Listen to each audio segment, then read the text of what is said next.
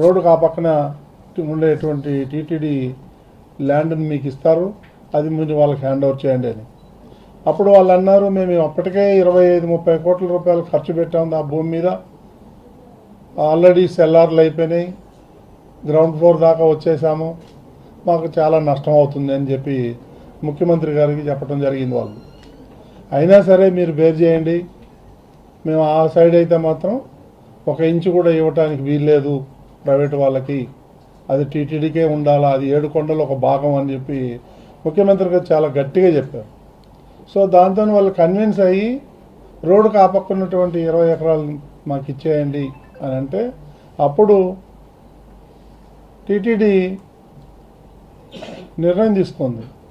ఎదురుగా ఉన్నటువంటి రోడ్డుకు ఆ పక్క ఉన్నటువంటి ల్యాండ్లో మనం ఈ 25 ఎకరాలు ఇచ్చేసి, ఏదైతే టూరిజంలో ఉన్నదో రోడ్డుకు కొండకు ఆనుకొని దాన్ని మనం టీటీడీ తీసుకుందామని చెప్పేసి నిర్ణయం తీసుకొని ఆ విధంగా క్యాబినెట్లో పెట్టి పాస్ చేసి వాళ్ళకి ఇంకా అదన్నీ కూడా పేపర్ వర్క్ జరుగుతుంది, ఇంకా మేము హ్యాండ్ ఓవర్ చేయలేదు.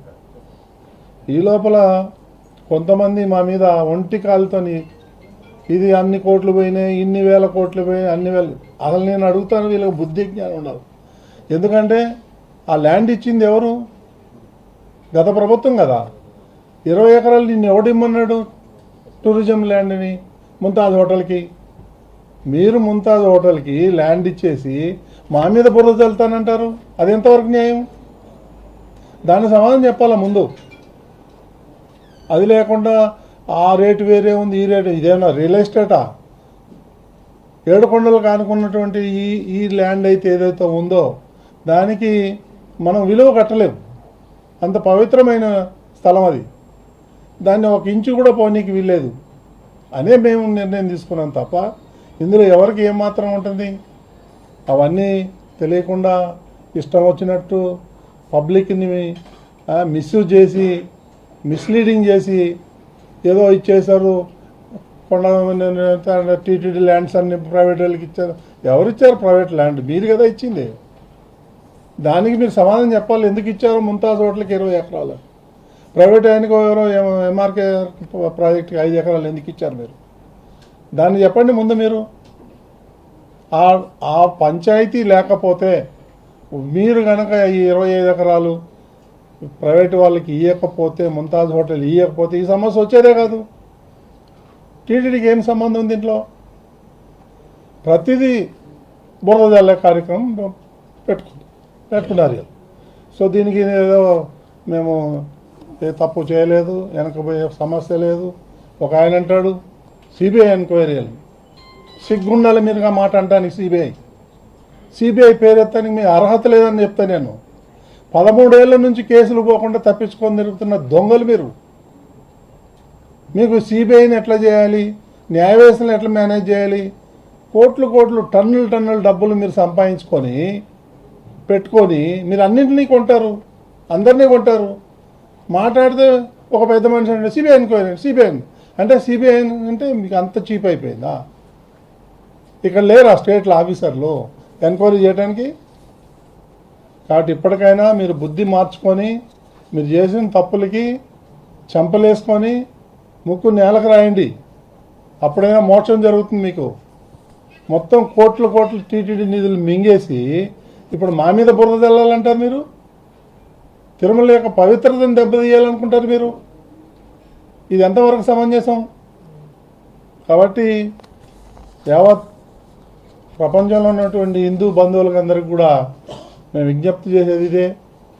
మేము ఈ బోర్డు వచ్చినప్పటి నుంచి ఎంతో హానెస్ట్గా, నీతి నిజాయితీగా మేము ఈ టీటీడీ కోసం పాటుపడుతున్నాం. అపర్నిషులు మేము ఎలాంటి అవకతవకలు చేయకుండా హానెస్ట్గా తిరుమల యొక్క పవిత్రను కాపాడాలి మేము అనే ఒక ఏకైక ఉద్దేశంతో భక్తులకు సౌకర్యాలు కల్పించాలి. మేము ఆ బిజీలో ఉంటే వీళ్ళు రోజు బురద చల్లుతాడంట.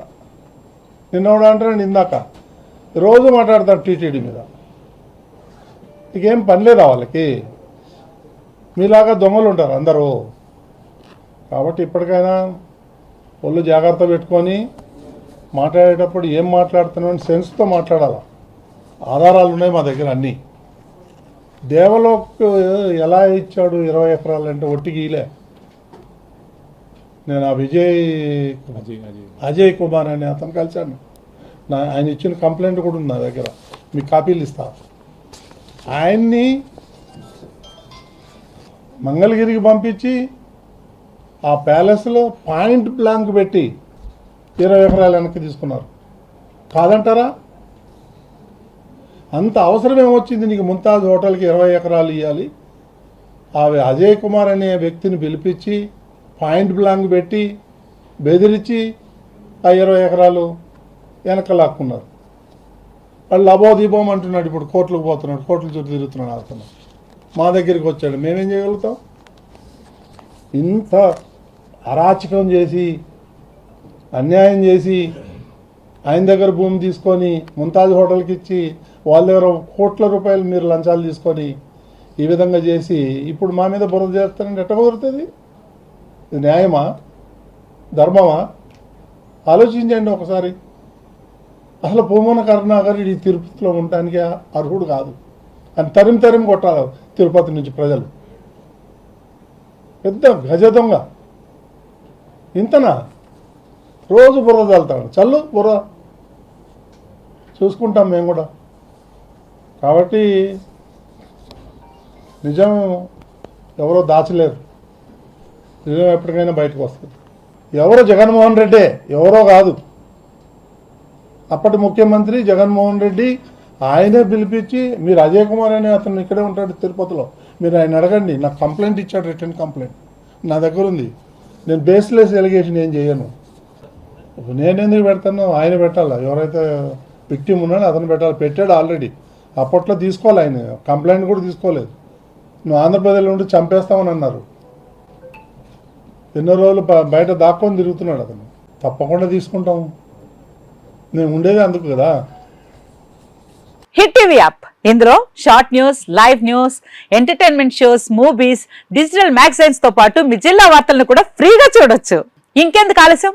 వెంటనే హిట్ టీవీ యాప్ ని డౌన్లోడ్ చేసుకుని ఫ్రీగా ఎంటర్టైన్మెంట్ పొందండి. Hit TV app. Hit TV app. Please download hit TV app. Hit TV app ని ఫ్రీగా డౌన్లోడ్ చేసుకుని ఎంజాయ్ చేయండి. మీకు నచ్చిన ఎంటర్టైన్మెంట్ కోసం హిట్ టీవీ యాప్ ని ఫ్రీగా డౌన్లోడ్ చేసుకుని ఎంజాయ్ చేయండి. హిట్ టీవీ యాప్ ని డౌన్లోడ్ చేసుకుని ఆస్వాదించండి, ఆశీర్వదించండి. ఇంతమంది సెలబ్రిటీలు హిట్ టీవీ యాప్ ని డౌన్లోడ్ చేసుకోండి అని చెప్తున్నారంటే ఎంత మంచి యాప్ ఆలోచించండి. అమెరికా అమెరికా అమెరికా అమెరికాలో చదవాలనుకునే వాళ్ళకి విశ్వసనీయమైన పేరు మన శౌర్య కన్సల్టెన్సీ. UK లో 1 year masters, UK లో 1 year masters, 2 years work permit up to 5 years visa. Contact Saurya Consultancy. Contact 89851 89851.